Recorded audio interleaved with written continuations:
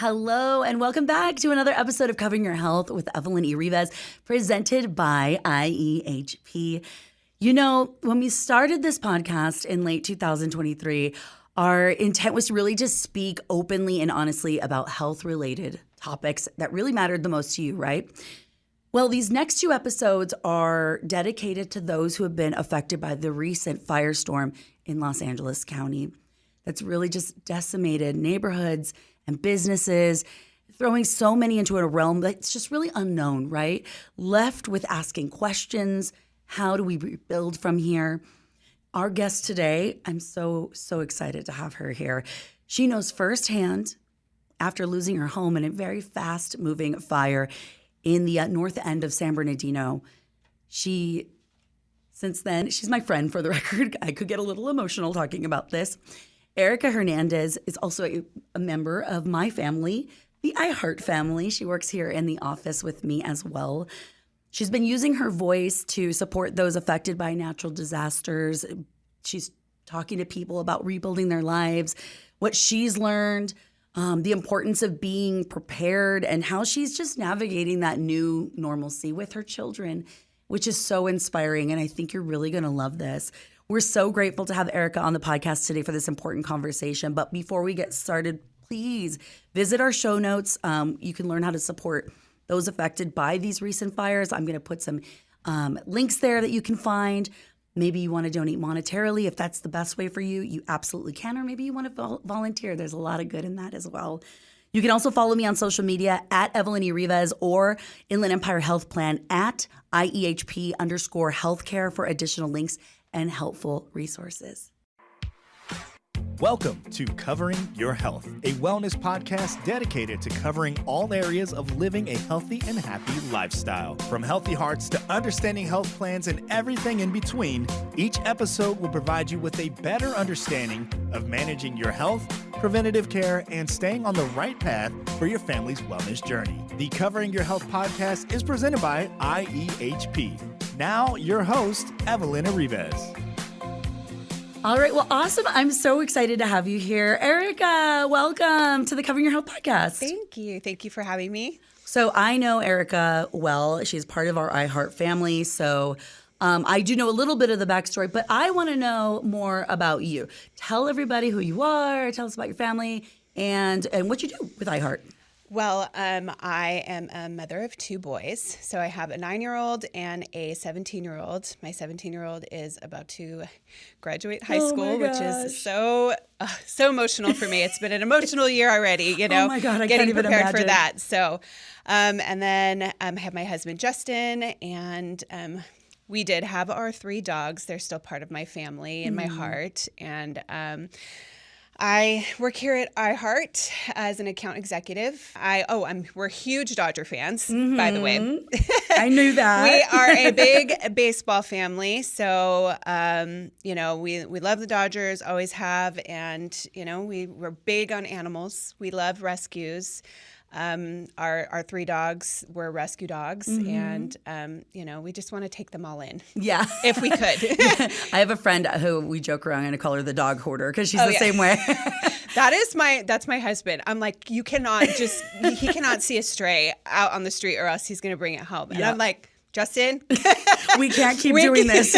I can't take all the dogs. I'd love to, but I can't. Well, dogs play a very big part of your story that we're going to share right now. So let's just get into it. So there's a lot of people that have been affected by fires here in California over the last month. I want to talk about your particular story that happened back in August when your life was uprooted with the Edgehill fire.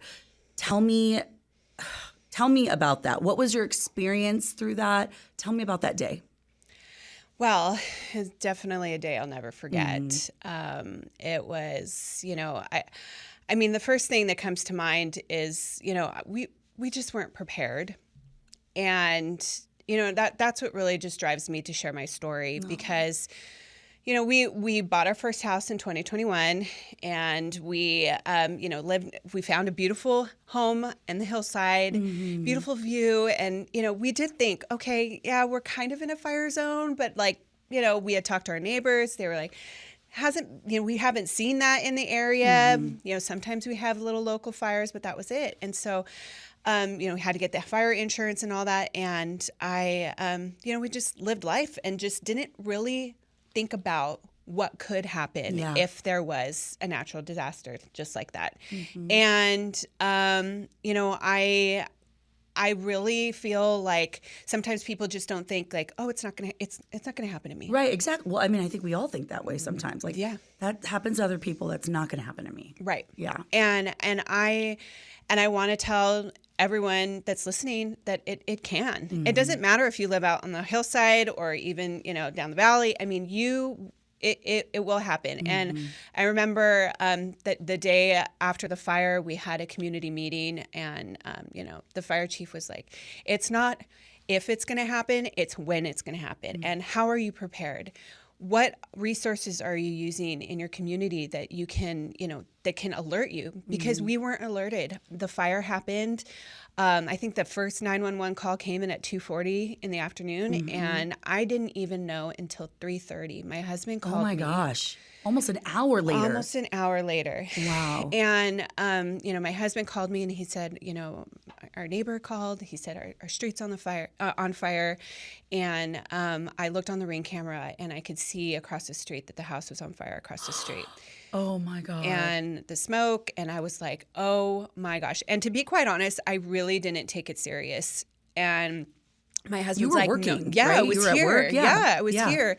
And I was like, it's probably just like, just a little fire. And my husband's like, no, you need to get over there. So as soon as I hopped on the freeway, I could see this just big plume of smoke. And I knew it was from where our area was. And then the closer I got, I mean, just my heart just dropped. I just could not get there quick enough, and it was traffic, and I was just crying, and I kept looking at the Ring camera. Even though I was driving, I probably shouldn't have been doing that, but right. I kept looking to try to get updates, and then I got up there, and by that time it was just too late. I mean, the sky was literally like black.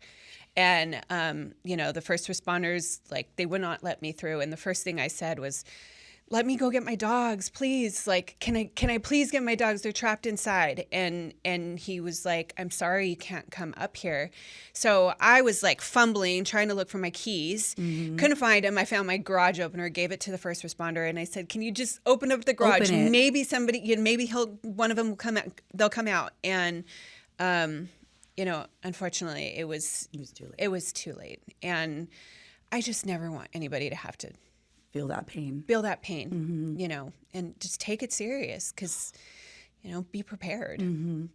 I remember you telling me, I remember that day very, very clearly, because it was traumatizing for everybody here to see you go through that and to watch it. We were watching the news. I was like, oh my God, this is not real. Is this real? Our coworker, like, this is actually happening to somebody we know. It's weird like that. And I remember you telling me about that day, how your son was going to be home. Oh, yeah. He hadn't even started school yet. It was the first day of school. And my younger son, it was his first day. And then my older son, he didn't start till Wednesday. So the fire happened on Monday. So he didn't start till Wednesday. But something told me the night before. I told him, "Why don't you just go to grandma's? Go to my mom's." I said, just go visit her. I mean, why do you want to be? Yeah. Why do you want to be here all by yourself? And the kids had been there at the house, the week by themselves before. Every day, because they're older. I know. Yeah, and so God. had it happened, I always think, oh, well, what if it happened the Monday before and they were home and they had to deal with that? And what if Jacob, was, my older son, what if he was home that day and he was, taking a nap, or he was in the shower, or he had his headphones on, and and what if he was trying to rescue the dogs, and, you just don't know. And the fire started on their side of where their rooms are. So, and I don't know, as a mom, sometimes you have this discernment that something that tells you to do or say something. And that's what I did with my older son. And we all left that morning. We said goodbye to the dogs. We did our normal routine, went to work, and came home to a house that was just burnt in ashes, which is sad. Thank you so much for sharing that. I feel like, is it therapeutic for you to talk about it now with people? Do you feel like it's not easier to talk about? Yeah. I get choked up too, but is it like a little bit more like therapeutic for you to be like, this is what happened through that day? And what makes you feel good about that? Do you feel like you're sharing information with people when you do that to teach people? It is. It's really healing. I mean, part of me was really quiet about it at first because I just like, I didn't want to be that person like, oh my gosh, okay, she's, there's a fire. She had a fire in her house and she lost, I don't know. You just felt like you didn't want people to feel like you were throwing a victim card or something? Yes, oh my gosh. That's exactly. And I don't know, crazy me thinking something like that. No, you know what, I sort of think that's like a woman thing too. Like we don't want to be a bother. Yeah. Right? We don't want people to be like, well, no, we're fine. We're fine. Yes. You don't want to do that, right? Yes. And I think that's just a natural instinct sometimes that we have to teach ourselves to get out of. Right. Because it's okay. Right. And it's a pride thing too, Yeah. especially when we got donations. It was really, really hard for us. Like, somebody made a GoFundMe for you. Yeah. And my girlfriends did it right away that day. And it was just, and I'm like, I don't know, you just don't know. And then people are just wanting to help and you're just overwhelmed. And it's like, you don't have anything, right? You just have just the clothes on your back. And people are here reaching out to help you. Mm-hmm. And people you don't know probably, right? Strangers. Mm-hmm. I had no idea. And of course, because the news was up there and they interviewed me. And of course, they got me right when I'm like walking into on my driveway, like watching my house, like still smoking up, and the firemen are still trying to get the hot spots. And I'm just like in shock, So of course, the cameras caught that. Yeah. And it touches people. I mean, it resonates because people realize, oh my God, what would I do if I were in that situation? They put themselves in that situation. Yeah. And then the instant thing is, how do we do something? How do we do something? Yeah. I'll give money, Right. They're going to need it. They're going to need to buy things. They're going to need to buy clothes. And I'm like, no, like, let me get you food. And we're like, oh, we're okay. But like, we need it. Yeah, but actually we're not. But we're not. Yes, Here's a toothbrush. Okay, but I can go buy one. But no, okay, I'll take it. Yeah, I will. Thank you. It's really hard. So going back to your question, about just what sharing my story, it is healing and it is therapeutic because people want to, like, they relate with you, There's dog owners out there, homeowners, people with children, people that go to work every day. And it's the same hustle that everybody does. And for it to happen to somebody, like, and I've gotten a lot of my friends and people that have come up to me and been like, I have never met anybody whose their house burnt down. Right. It's like, if you would think it would be like more common here in California, but I feel like it's getting more common these days. Well, now, right? Now all of a sudden it feels like I know 5 people, right? Yeah. But no, it was uncommon. You were the first person I knew that I think I knew one person who it happened when they were a kid, like years and years ago. Yeah. You were the first person I ever met that actually had their house burned down. And I was like, oh my God, it's shocking. It's so shocking. And it's still shocking even with these whole neighborhoods decimated. Your neighborhood was how many houses burned? There was 5 total. 5 of your houses. Yeah. So that is, it's still devastating to your neighborhood. Oh, that definitely. is everyone now having to rebuild and figure this out. So let's start with that. Where are you at with that process? What steps did you have to start taking to rebuild? Well, first we were in shock, of course. Yeah, of course. So after the next day we're like, okay, we got to get to business. As much as you want to sit there and cry and stay in bed, it's like, okay, what steps do we need to do to get us back on our feet? Who do you call? Like, what's the first phone call, right? Your first phone call is your fire insurance. Unfortunately, our fire insurance dropped us January 1st of last year. And my husband was looking for almost 4 months for a new insurance because nobody would take us here in California. So you guys went 4 months without insurance? Yes. Oh my God. We got our insurance and 5 months later the house burnt down, which is just, I look back and I'm like, oh my God, thank God that didn't happen. What if that happened last year at this time? Like, we would have been without insurance like all those residents out there in LA.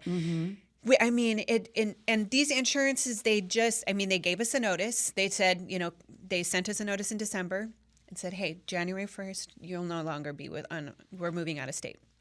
Oh my gosh. So, yeah. But luckily we did find a good insurance. And I think a lot of people don't understand too. Like everybody is like, oh, the insurance is so, terrible. And they just don't want to give you the money.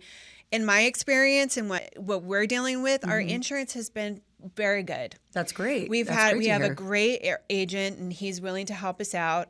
I will tell you, it is tedious. There's a lot of paperwork. We're still working on our personal property form. You have to write down every little thing that you had in your house. You can even claim a pen or a plate. How many plates did I have? Yes. How many glasses did I have? A candle. Just the most random things. And sometimes you're like, oh, I don't really want to put that on there, but you have to meet their what you qualified for through the insurance. Yeah, yeah. So you have to get up to that you have number. To remember everything. And so they said to go back onto your pictures and your videos and just see what you had in your house, what you can remember, and it's a lot. Oh my gosh. So definitely the insurance, you gotta call them and put in your claim, and then your mortgage company, you gotta notify them about that. Some mortgage companies are open to deferring your mortgage for a few months. Unfortunately, we didn't have that option, but we are in the process of still trying to fight to get that. Yeah. Because you're paying a mortgage. And still. right now, because I know it's not built, your home is not built yet, but you guys are living in temporary housing. Okay. Yeah. And you're having to pay for that. Yeah. So that is also part of the insurance. Okay, so good. With our insurance is there's 3 pots. Yeah. There's one for personal property, one for the expense of living, which is us getting into the hotel or a rental. And then there's the other one for the dwelling, which is to be able to rebuild.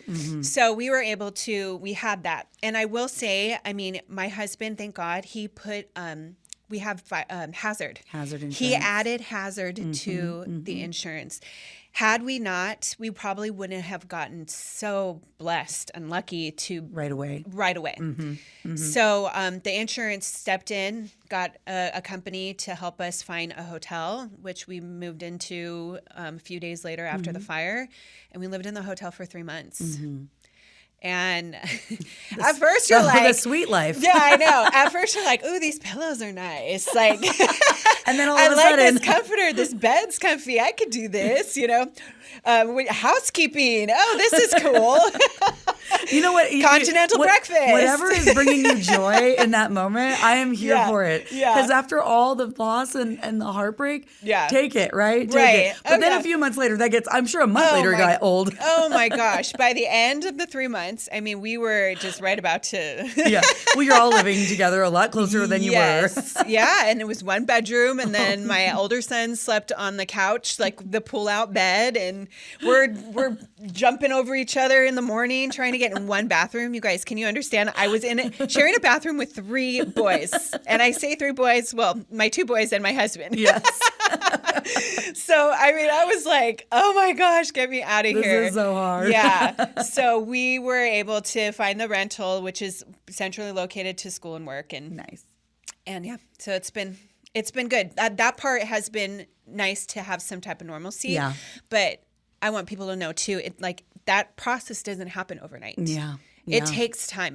Think about it. We were there for 3 months in a hotel looking for a home. Somewhere to rent. Yeah. And I can imagine the competition now out in LA. Oh yeah. And that's all we keep hearing is those stories are just, it's ridiculous. It's almost like maybe they have to even move out of state or move out of the area. Or completely out of the area to find something. I know. Something. So what important documents do you wish you had on you? When I know that day you were shocked and everything, what would you tell someone who's never experienced this situation? What sort of documents do you wish you had? Maybe in a fire safe or something like that? Definitely a fireproof safe. Yeah.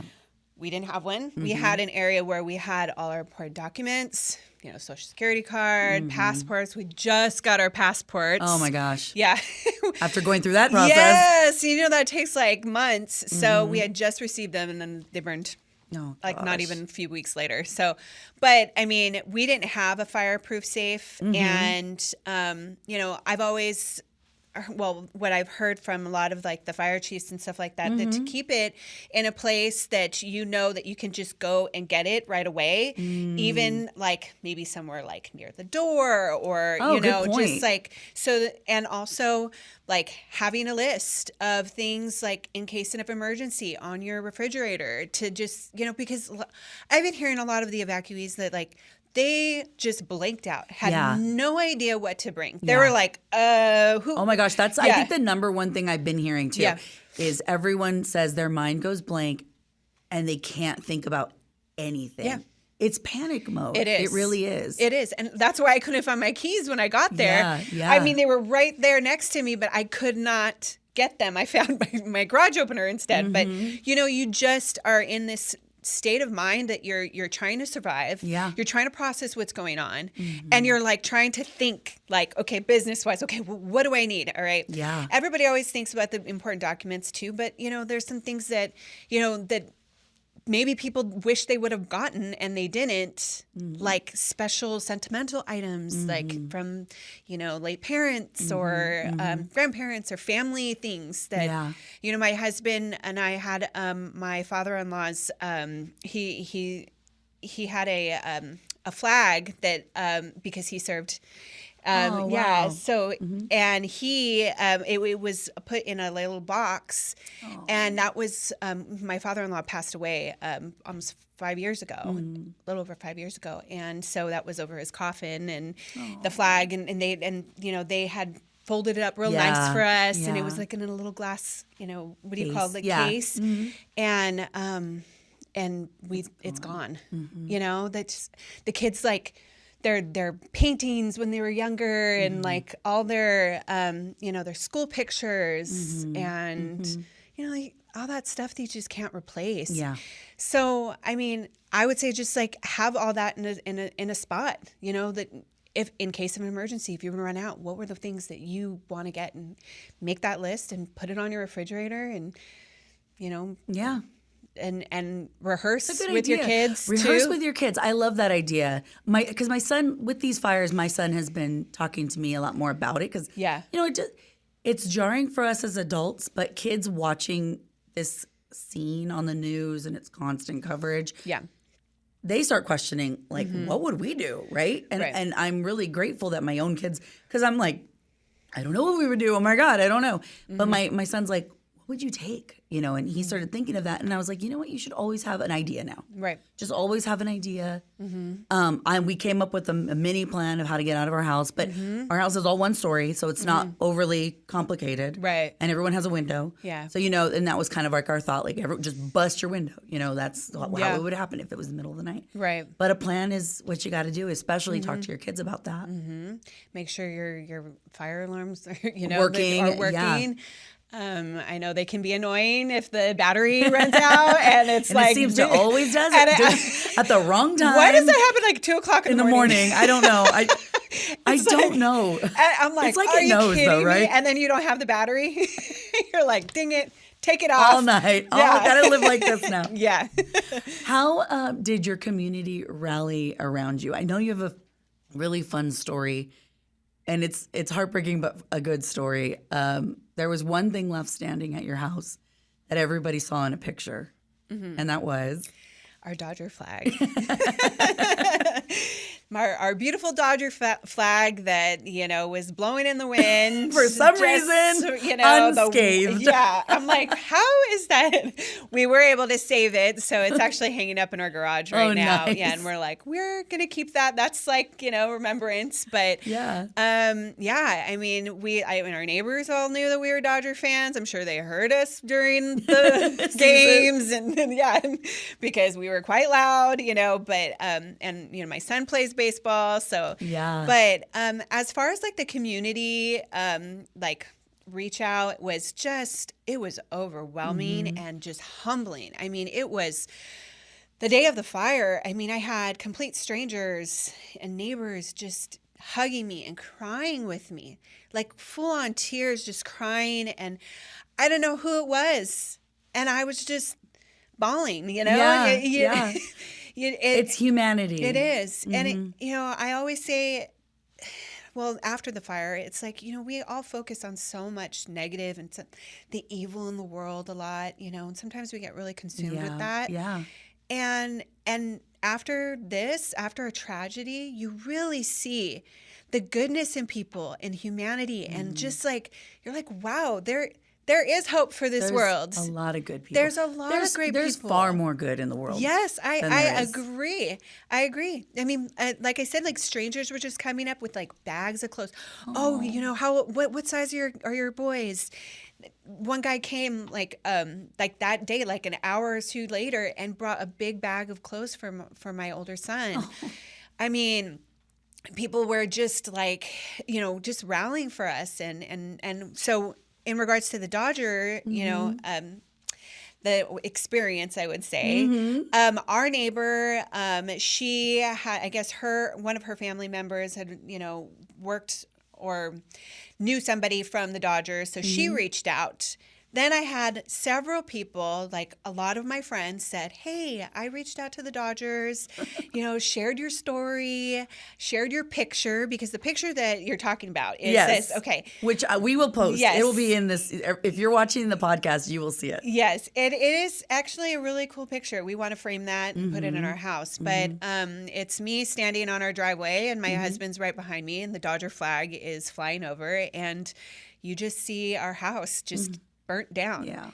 And so the only thing left obviously was the flag. So anyways, like they sent the picture. So I'm sure like the Dodgers were like, who is this family? Because like everyone is telling us about this family. Who is this family and why are they, but we have such great friends and family that did that. And, we didn't think anything of it. And it wasn't until the day before the World Series, Game 1.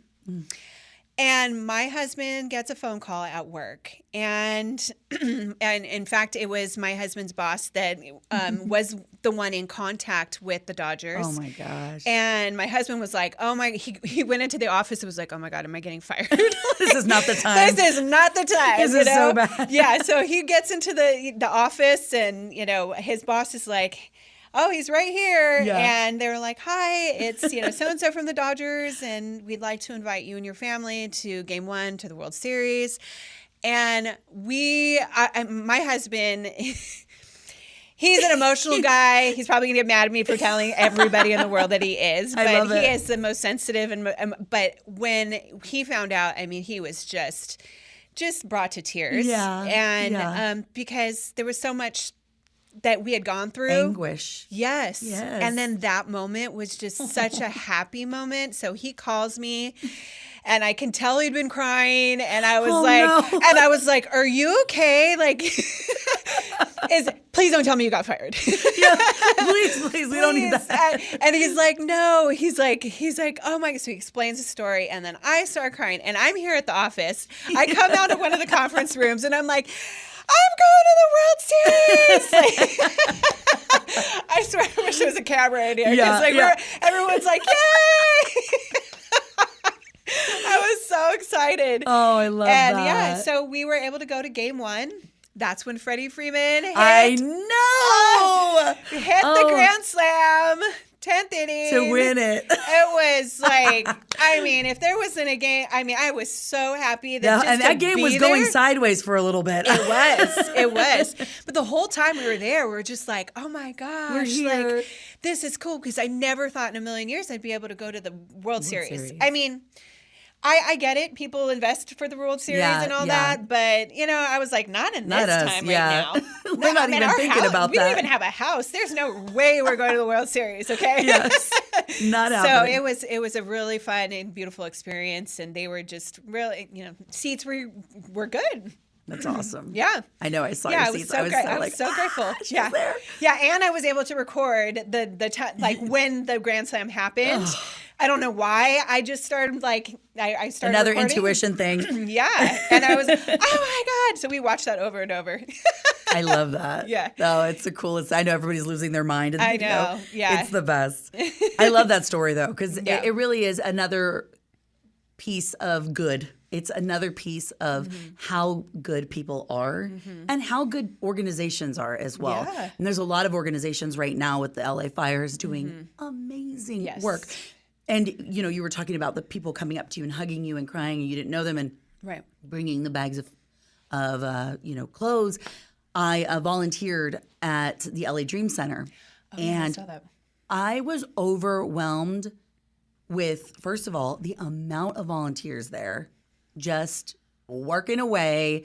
Everyone was so sweet, in the most positive of spirits, knowing they're doing good that day, knowing they're helping people, and the line of people coming in with their cars loaded already with their things because whatever they could get out of their house, barely any room to put things that we're trying to give them, but it was just the spirit of humanity. And that's the stuff that we maybe all needed to be reminded about a little bit, because we're in a weird time. I mean, since COVID, I would say, things have been negative. I mean, and that's our children growing up like this.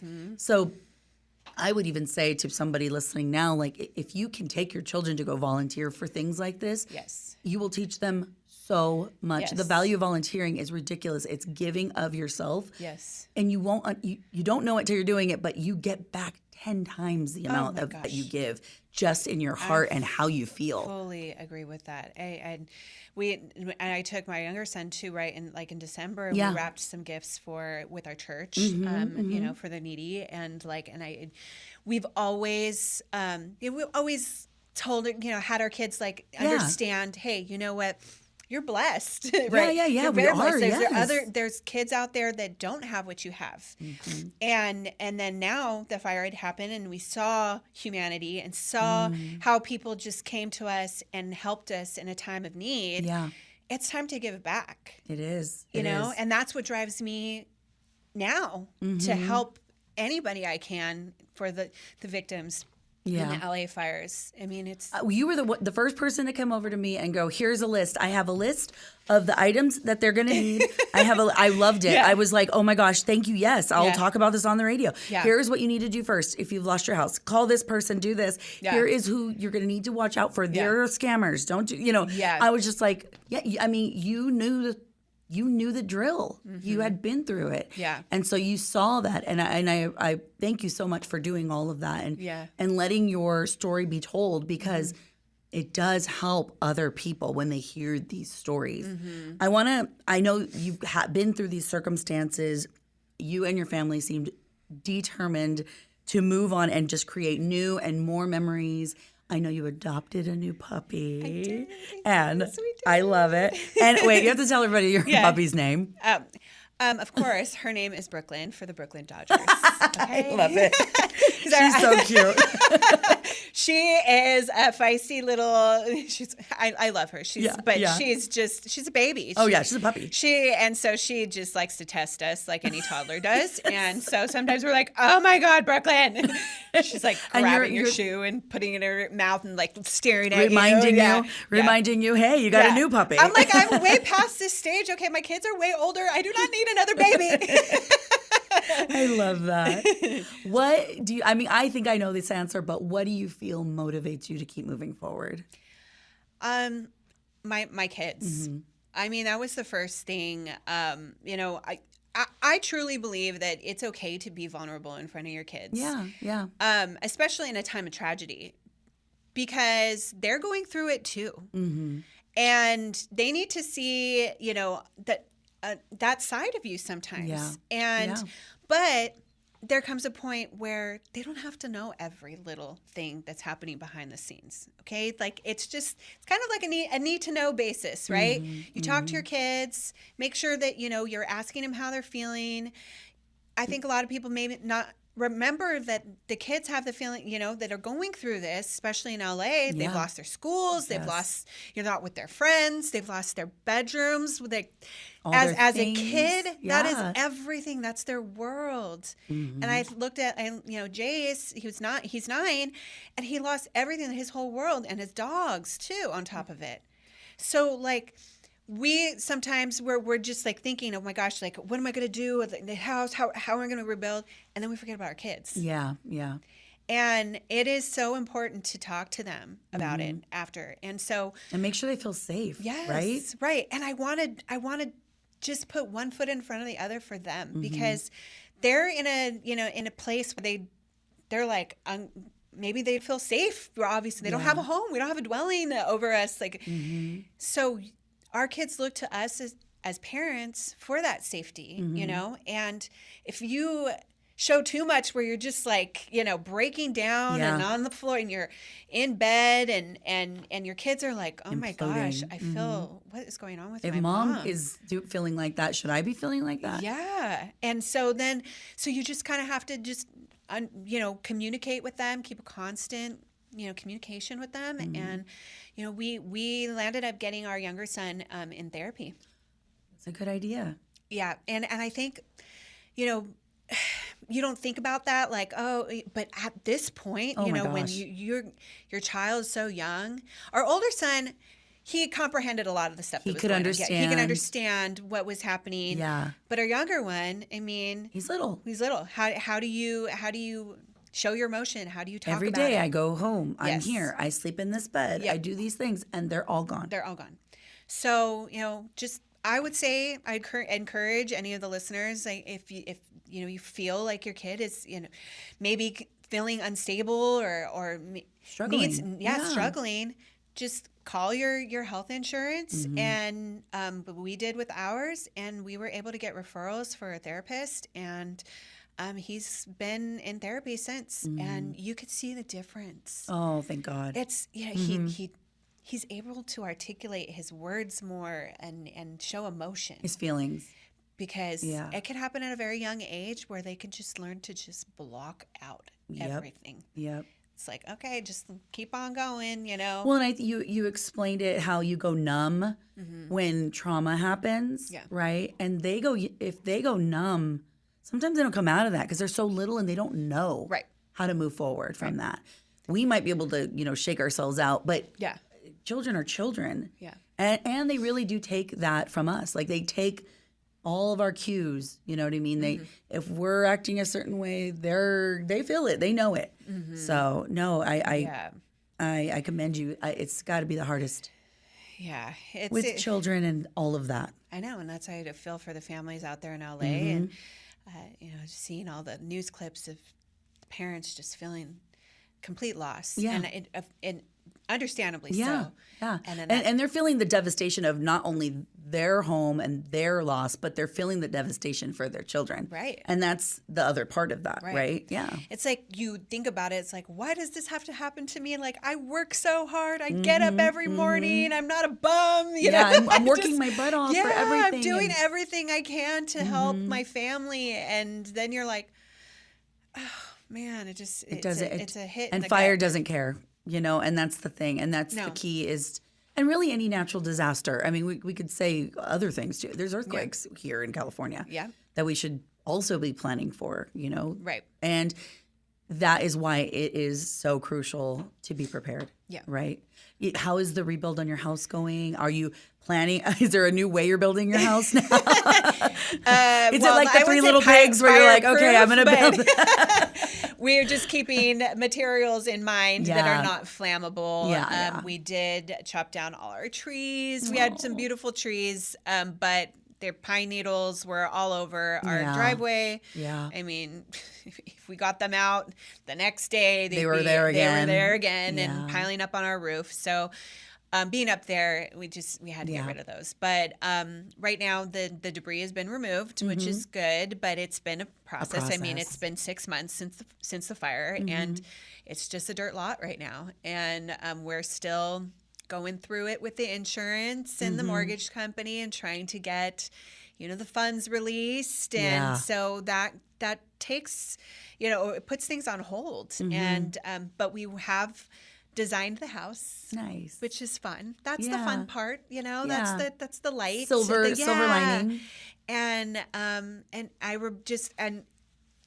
what I kept in mind when we were trying to rebuild the house, get the plans, is what things about the other house that I loved that I want to bring into this new house. And a lot of people are like, "Oh, you're actually rebuilding up there?" And I'm like, "Yeah, I don't want to move. We loved that area, and we loved our neighbors, and it just." Are they all rebuilding too? Yes. Yep. Awesome. Yep. And so actually last night I went to a city council meeting and let the city council and everyone know that we were rebuilding. Just so you all know. Just so you know, we are rebuilding. And, they came up that day of the fire and they were like, whatever you need help, we're here. And you know what I'm going to tell you right now? Don't be afraid to ask. No, that's nothing. They said whatever you need. Yes, I'm like, well, no, but and that's what I said. I'm like, you said that, and I'm here now to tell you that we need you as a community. It's not only about me up there. And us. My neighbors are going through the same thing, and we're all in the same stage. So once the plans are done and finalized through the engineer, now the plans get sent to the city. The city, yeah. And the city. How long is that going to take, How long right? does that take? I mean, whose desk does it sit up on for like months? Yeah. And for us, time is money. I mean, if we don't you're paying a mortgage. We're paying a mortgage, and we have the funds coming out for the rental. And if we don't build by a certain amount of time, we're back homeless again. Like, we'll be able to live with family or friends, or if that happens, but you don't want that to happen. We don't. Yeah. So that's why I always say, if you want something, just go out and get it, and just be vocal about it.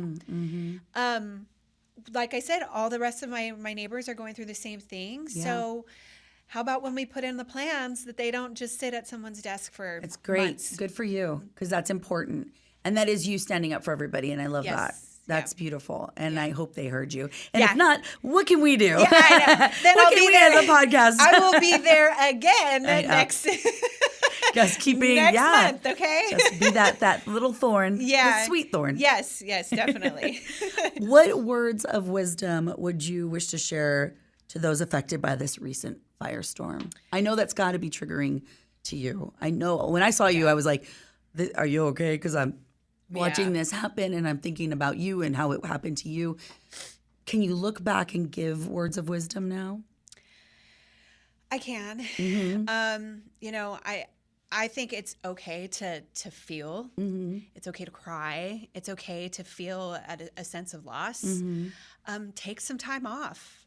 I was able to do that because I just knew that I could not get myself to come to work and Are you kidding me? Trying to focus? No, and just feel the feelings. Because once you get past the feelings, then you can start, kind of getting yourself up and start making a plan. And you got to be patient. You have to be patient. I mean, I just keep thinking about, LA and just like how much, how many claims there are. How many claims there are going to be, How many claims, like how many houses are there available to live in, So you just have to be patient and figure out what's best for your family. Keep your family, like that is number one. How are you going to create a home wherever you're at, whether you're in a hotel room or whether you're at, staying with relatives or find some type of normalcy for your kids. Yeah. We put our son in winter ball right away. They were in the hustle and bustle of school, and you have to continue to just give them a routine. Yeah. Because you don't want to not look derailed, but you don't want to get derailed, really. Well, and I think that's a valid point, because when you're a kid, again, going back to the younger mind, it's every year is so much bigger to them. When you get older, the years go by really quickly. Yeah. When you're younger, a year is long, very long. Yeah. And if you derail a year of a child's life, it feels devastating, even more devastating. Yeah. So you're so smart to just get them, okay, we're going to sign up for winter ball. Yeah. We'll be fine. You're going to play ball. You're going to go to school. Yep. We're going to still do all the things we used to do before. Yep. Yeah.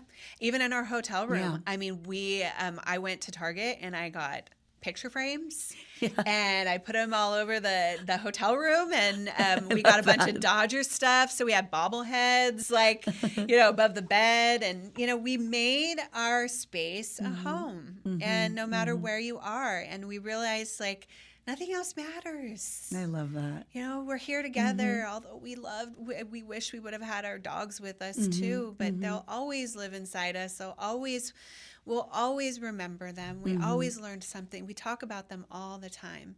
And we talk about what each dog brought to our family. No. And we even, my husband got a portrait made of our dogs, and it's right by our front door. Yeah. So we say hi to them and bye to them every day. No. And, it's hard when you lose some. Those are your family members. Yes. I know. Yeah.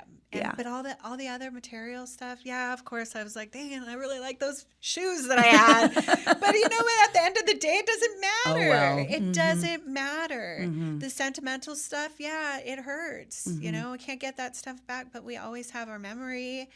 And, now we have digital, like, everything. Take pictures of your kids' work and keep it on your phone. That's a great idea. Oh my God, what a good idea. I know, yeah. Just take pictures of things that are sentimental to you. Yeah.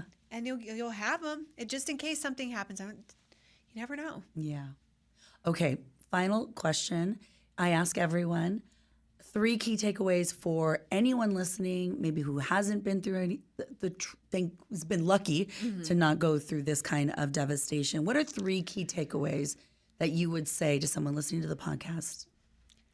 I would say, first, like, life is a blessing. It really is. To be able to wake up every day and be in a warm bed and have your family next to you, your husband, and wake up with your kids, like.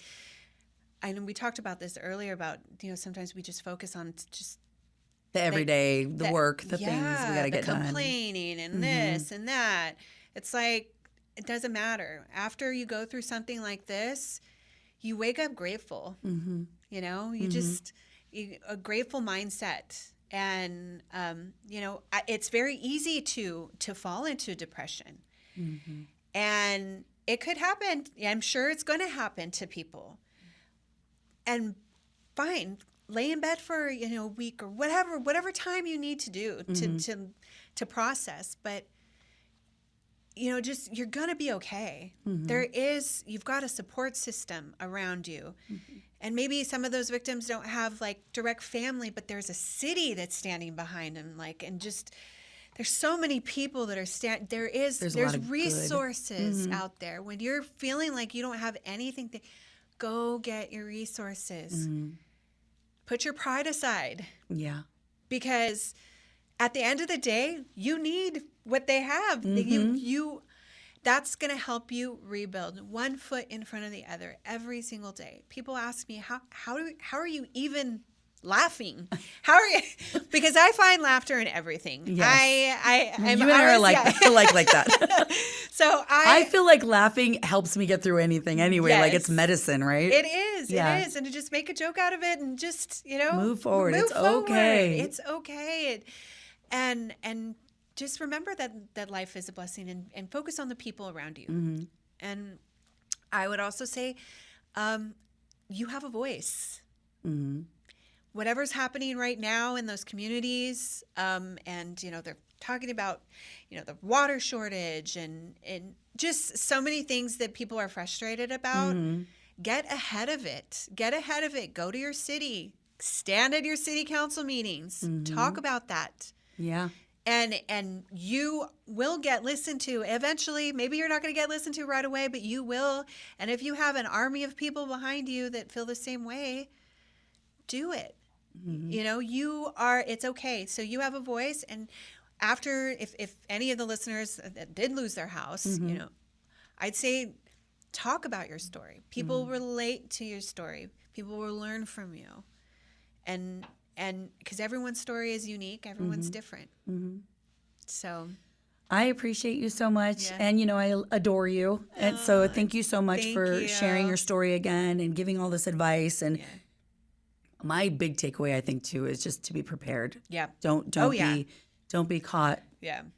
Because anything can happen to anyone. Mm-hmm. It could happen to you, and it could happen to me, and we need to just remember to have a plan. So absolutely. And I have like so many lists of things like to takeaways, I could sit here for hours. Yeah. No, I know. But I have lists that you've sent me and I love them. Yeah. I'm going to, literally they're going on my fridge.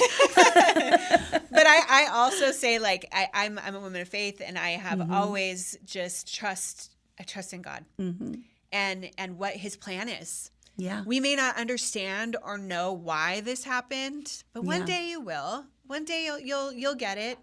And there's a purpose here for every single one of us here on earth. Mm-hmm. Use that gift that God gave you to just share with other people and just have faith. At the end of the day, you're going to be okay. I love that. And I think we should just end on that note. At the end with of that a little day, tear. I